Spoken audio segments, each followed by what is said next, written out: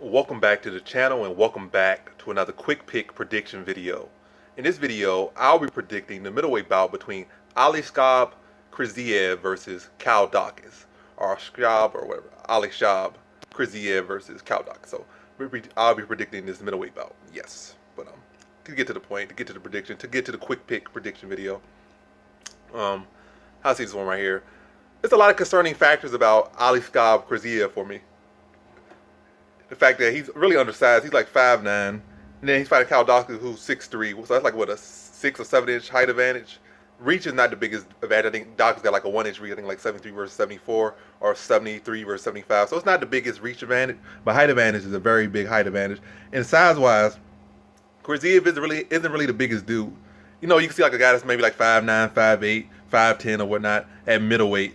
And they'll be on the shorter side, but they'll be bulky and they'll be wide, maybe like a Hector Lombard or like Hector Lombard like 5'6" or 5'7", but same difference. Like Hector Lombard's small or short in general, but he was stocky, built, muscular, and like strong like a pebble, like a little rocking issue, whatever. Like wide, bulky monster. I mean, and Yo Romero, not the tallest guy, but bulky. Joaquin Buckley, not the tallest, but bulky. It's always not about being bulky. Well, you can say Kevin Gastelum, he's short and not really muscular, kind of short and fat, but or chubby, but you know, when at times that short and chubbiness have got him man a little bit, at least by Weidman, but I don't know. I think the height and the fact that he could probably should cut to welterweight or lightweight concerns me. The fact he's going against Daukaus, who's a very solid stud in himself, and also he's older. I think he's like 3 to 4 years older than Daukaus as well. So he's a shorter, smaller fighter. And he's older as well, so what advantage does he have? I think he has the wrestling advantage. He's undefeated, so that's good for him. I think Daukaus got 1 or 2. I think Daukaus only has 1 loss, and at least in his pro career. And Khizriev is undefeated at the moment. Now I see this one right here. Like I said, it's a lot of concerns for me, but I'm still going to lean to Khizriev in this one. I don't think Daukaus is the most strongest fighter. He's already mentioned that his game plan is to tire him out, and that was kind of his game plan in his last fight, to tire his opponent out and then take advantage of him. And this fight, I feel like he should exploit the distance in this one more. I do think Khizriev is the better striker, in my opinion. I think he's the faster twitch fighter, less wind up behind the strikes, very untelegraphed, very little setup, very little read to his kicks. He has very good sneaky with those kicks, like explosive, high-level wrestling, high-level sambo, high-level grappling, but undersized in my opinion. I think maybe some higher level guys in this division will be able to exploit it. I don't see Daukaus being exploited too much, or maybe he might need 2 more rounds. I don't know, might even get finished in this one, but I'm really going to predict a decision for Khizriev in this one. But like I said, the height and size, age and stuff does concern me. And on top of that, Daukaus is a solid fighter. Daukaus is no bump. He's a young, upcoming prospect, future contender in this division, so he's no slouch either. So it's concerns in this one for me. But I do like the fact that Khizriev, you know, he's undersized, under height, and all this other stuff.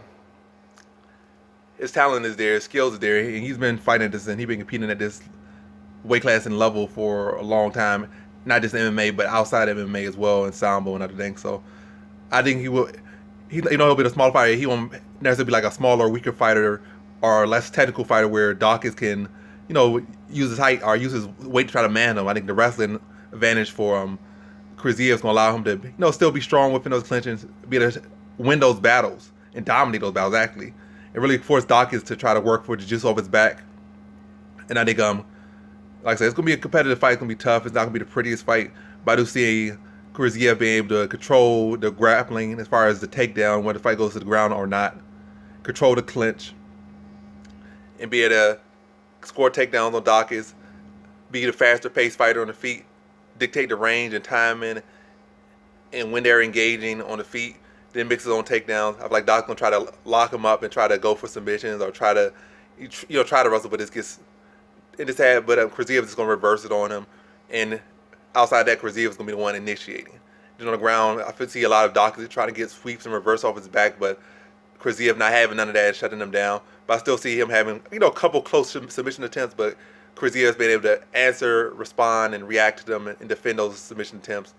And a mixture of on the feet and on the ground. I do see Khizriev starting to get tired as the fight goes on, but by that point I see him having maybe at least 1 round in the bag. Second round probably close, and third round, well, probably the first and second round in the bag, but second round being close, and third round doing just enough to really just negate the offense of Daukaus, put him on his back, shut off his submission, land ground and pound, and beat him to a decision. So in this one, I got Aliaskhab Khizriev via decision.